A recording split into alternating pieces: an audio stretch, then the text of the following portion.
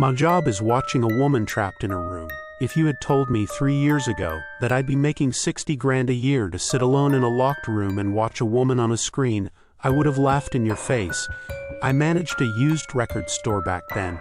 The hours were garbage, and the rumors floating from corporate were getting darker. Every shift, someone whispered about the whole chain going under. I spent lunches scrolling classified ads on my phone, hungry for anything that promised a lifeline. That's when I found it. A job listing almost too bland to notice. Position available, good pay, discretion required, no benefits, a string of numbers and an email, no company, no description. Almost like a dare. Maybe I was bored, maybe desperate. But I emailed. Half an hour later, I got a one-sentence reply, interview tomorrow at 9:30, 208 Fairview Plaza. Ask for Mr. Gray. I arrived early, heart thumping, surrounded by glass and steel and the stale perfume of old money. The lobby's marble floors made my sneakers squeak. I sat, trying not to fidget. No magazines, no TV, just my thoughts. A woman in gray called my name, led me to an office and dropped a stack of forms thicker than my lease agreement in my lap. Most were the usual. Address, social security, emergency contacts. But then came the oddities. Describe a time you withheld information. Are you comfortable witnessing events you do not understand? I signed everything. A month with no word. I had almost forgotten it, chalked it up to some elaborate scam. Then the phone rang. You've advanced. Second interview, different location, 411 Row Industrial Park. 3 p.m. sharp. Row Industrial Park was all windowless rectangles, private and anonymous.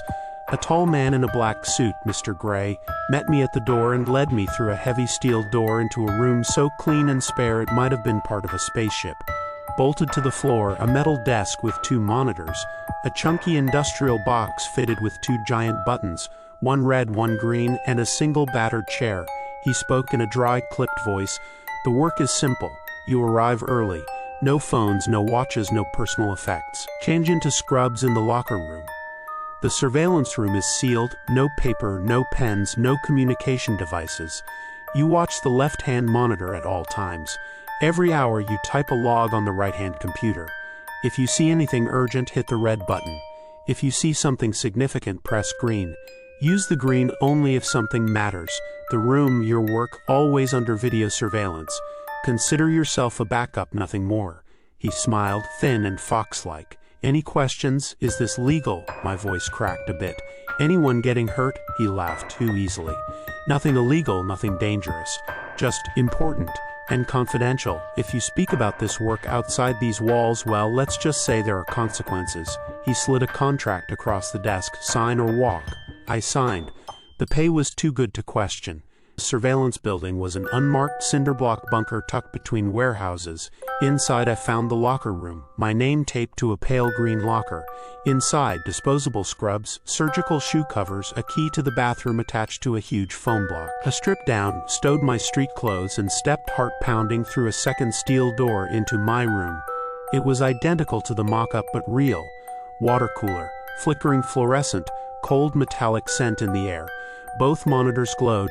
The right was a plain text terminal, no internet, just an hour-by-hour log template. The left showed a high-def feed from a windowless room.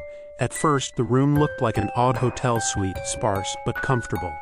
Bed, couch, TV, a little art table in the corner. The camera's fisheye angle showed almost everything, but my eyes snapped to her. She couldn't see me. She didn't know I was there. She lay curled on the couch, hair fanned over the pillow, face turned away. She could have been napping except for the way her hands clenched the blanket, white knuckles even in sleep. Just a job, I told myself.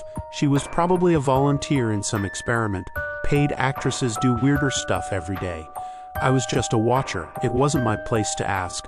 But sometimes I'd catch myself leaning in as if I could get closer, make out her features better. I hated that feeling like a creep, a peeping Tom. But the money was real. The silence was real. I tried to swallow my guilt. It didn't take long to figure out she wasn't there by choice. I started calling her Lily in my mind. An ordinary name, gentle. In the 6-hour shifts, I never saw her leave. No windows, no door visible from the camera.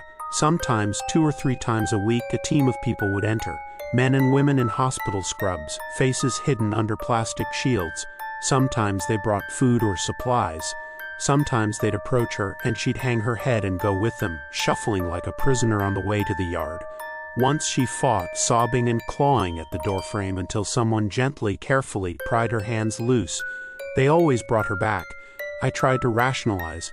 Maybe she was sick. Maybe she was dangerous to herself, a danger to others.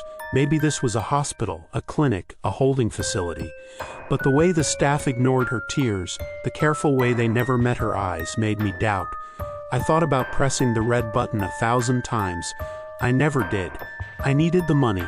And what if red meant trouble for Lily, not help? What if it meant trouble for me? So I watched. Lily painted.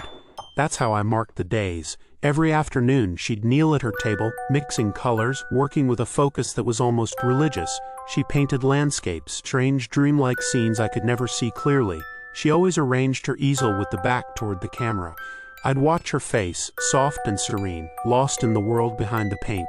But then something changed. It started subtly.